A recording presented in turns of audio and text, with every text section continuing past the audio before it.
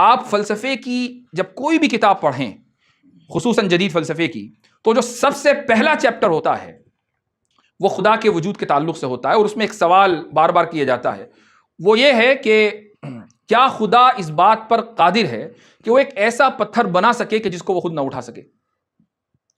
کیا خدا اس بات پر قادر ہے کہ وہ ایک ایسا پتھر بنا دے کہ جس کو وہ خود نہ اٹھا سکے؟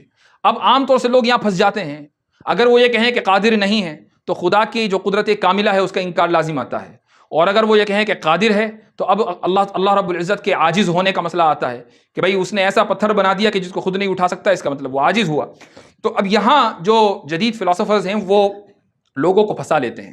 ایسے بہت سے لوگ ہیں مسلمان کہ جنہوں نے فلسفے کی کلاسز لیں اور چند ہی دنوں میں وہ ایتھیسٹ بن گئے، کیونکہ ان کو لگا کہ ان سوالوں کا کوئی جواب نہیں ہے اور کوئی جواب مذہب نہیں دے سکتا، لہٰذا بہترائی یہ اس میں ہے کہ ہم مذہب کو چھوڑ دیں اور ہم اس نظریے کے قائل ہو جائیں۔ کتنی ہی بڑی تعداد مسلمانوں کی ایسی ہے کہ جو اسکولوں اور کالجوں میں جا کر ایتھیسٹ بن گئی۔ ایک واقعہ میرے ذہن میں آیا، وہ بھی سنا دوں کہ چند ماہ پہلے میں امریکہ کے ایک شہر میں جمعہ کے موقع پر خطاب کر رہا تھا، تو میں نے اس موقع پر ڈارونزم جو نظریہ ارتقاء ہے اس کی تردید کی اور اس کے خلاف دلائل دیے۔ تو ایک اسکول کا اسٹوڈنٹ جو غالباً 11ویں یا 12ویں جماعت کا طالب علم تھا، اس نے تقریر کے دوران ہاتھ اٹھایا، اور جب میں نے اس کو نہیں دیکھا میں نے اس کو اگنور کر دیا۔ جب اس نے دیکھا کہ مقرر صاحب نے مجھے اگنور کر دیا تو وہ کھڑا ہوا اور اس نے کہا کہ آپ جس نظریہ ارتقاء کا انکار کر رہے ہیں وہ غلط ہے، میں نظریہ ارتقاء کو ثابت کر دوں گا۔ چونکہ جمعہ کے خطاب کا موقع تھا اس لیے میں نے اس سے کہا کہ ٹھیک ہے ہم جمعہ کی نماز کے بعد گفتگو کریں گے، لیکن فی الحال میں اپنی تقریر مکمل کر لوں۔ وہ یہ بات سن کر بیٹھ گیا۔ جمعہ کی نماز کے بعد اس سے کئی گھنٹے گفتگو ہوئی، اور اس کی تحریر بھی میں نے ایک سوشل میڈیا پر ڈالی تھی، کچھ لوگوں نے شاید اس کو پڑھا بھی ہوگا۔ اس میں اس شخص نے، اسکول کا طالب علم، اس کے نظریات اور عقائد سے ایسا لگا کہ وہ اب اسلام میں باقی نہیں رہا، حالانکہ مسجد کے اندر موجود ہے، جمعہ کی نماز پڑھنے آیا ہے، اس کی والدہ حافظہ قرآن ہیں۔ وہ کہنے لگا کہ میں اپنی والدہ کی وجہ سے ان کا دل رکھنے کے لیے مسجد میں آتا ہوں، لیکن مجھے تو شک ہے کہ اللہ موجود ہے یا نہیں، اس لیے کہ ڈارون نے بتا دیا کہ جو مخلوقات ہیں، جتنی بھی تخلیق ہوئی ہے، نیچرل سلیکشن کی بنیاد پر ہوئی ہیں، خود بخود چیزیں وجود میں آئی ہیں، کوئی خالق نہیں ہے۔ تو اسکولوں میں اس طریقے سے تعلیم دی جاتی ہے، کالجز میں، یونیورسٹیز میں، کہ جس سے انسان الحاد کا اور دہریہ پن کا وہ شکار ہو جاتا ہے۔ تو کہنے کا مقصد یہ ہے کہ فلسفے میں جو پہلا سوال آتا ہے وہ یہ کہ کیا خدا ایسا پتھر بنا سکتا ہے کہ جس کو وہ خود نہ اٹھا سکے؟ تو اس کا جواب ایک شخص نے مجھ سے یہی سوال کیا ڈیبیٹ کے دوران، تو میں نے اس کو تھوڑا سا تفصیلی جواب دیا، لیکن یہاں میں مختصراً عرض کروں گا۔ میں نے اس کو ایک مثال سے سمجھایا۔ وہ مثال یہ تھی کہ خلق دراصل ایک فعل ہے، اور جس چیز کے اوپر خلق یہ فعل واقع ہو، جو اس خلق کے اثر کو قبول کرے، اسی کو ہم اصطلاح میں انفعال کہتے ہیں، اسی کو ہم اصطلاح میں تأثر کہتے ہیں۔ تو فعل گویا کہ فعل کا جو انجام دینے والا ہے وہ مؤثر ہے، اور جس کے اوپر فعل انجام دیا جا رہا ہے وہ متاثر ہے۔ تو خالق مؤثر ہے اور جتنی بھی مخلوقات ہیں وہ متاثر ہیں۔ یہ سمجھنے کے بعد پھر میں نے اس سے کہا کہ ایک مثال لو، سورج ہے مثلا، تو سورج کی جو روشنی ہے اور اس کی حرارت ہے وہ مختلف چیزوں کے اوپر پڑتی ہے۔ اگر حرارت کے اعتبار سے دیکھا جائے تو سورج مؤثر ہے اور جتنی بھی چیزیں ہیں وہ متاثر ہیں، لیکن متاثر میں 3 طرح کی چیزیں ہوتی ہیں۔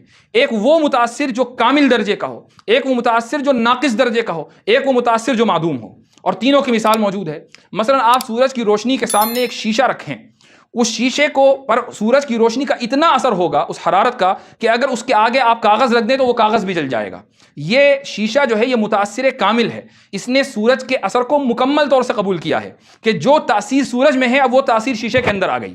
متاثر ناقص کی مثال یہ ہے کہ ایک پتھر ہے، اس کے اوپر مستقل سورج کی روشنی پڑ رہی ہے، تو سورج کی روشنی کی وجہ سے وہ پتھر گرم ہو جائے گا، لیکن یہ نہیں ہوگا کہ اس پتھر کے محاذات میں اگر کوئی چیز آ جائے تو وہ چیز بھی جل جائے۔ یہ مثال ہے متاثر ناقص کی۔ اور ایک چیز ہے متاثر معدوم۔ متاثر معدوم سے اس کی مثال یہ ہے کہ مثلا ساؤنڈ ویوز ہیں، میں بول رہا ہوں تو ویوز کے ذریعے آپ تک میری بات پہنچ رہی ہے۔ یہ جو ویوز ہیں ان کے اوپر بھی سورج کی روشنی پڑ رہی ہے چونکہ اس کائنات اور اسی دنیا کے اندر موجود ہیں، لیکن یہ ویوز سورج کی روشنی اور اس کی حرارت کو قبول نہیں کر رہی ہیں چونکہ یہ متاثر معدوم ہیں۔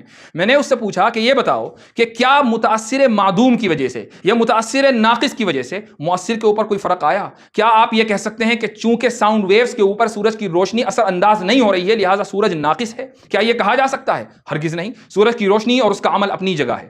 ایسے ہی خالق، ایسے ہی قادر، جو قادر مطلق ہے وہ مؤثر کامل ہے۔ اب سامنے 2 چیزیں ہیں، 3 نہیں 2 چیزیں ہیں۔ ایک متاثر کامل ہے، وہ تمام مخلوقات ہیں، وہ تمام کی تمام اللہ کی قدرت کے تحت ہیں، اور ایک متاثر معدوم ہے، وہ تمام چیزیں جو محال ہوں۔ تو اللہ رب العزت ایسا پتھر کہ جس کو اللہ رب العزت خود نہ اٹھا سکے، یہ متاثر معدوم ہے، یعنی محال ہے. اور جو چیز محال ہو وہ قدرت کے تحت آتی ہی نہیں ہے، اس سے قدرت کے اوپر اثر پڑتا ہی نہیں ہے. آپ یہ نہیں کہہ سکتے کہ چونکہ اللہ رب العزت ایسا پتھر نہیں بنا سکتا لہٰذا وہ قادر مطلق نہیں ہے. یہ سوال ہی غلط ہے. جیسا کہ یہ کہنا کہ سورج کی روشنی ساؤنڈ ویوز کے اوپر اثر انداز نہیں ہوتی لہٰذا سورج کے اندر نقص ہے، یہ سوال محال، باطل اور غلط ہے. بالکل یہی سوال بھی اسی طریقے سے غلط ہے.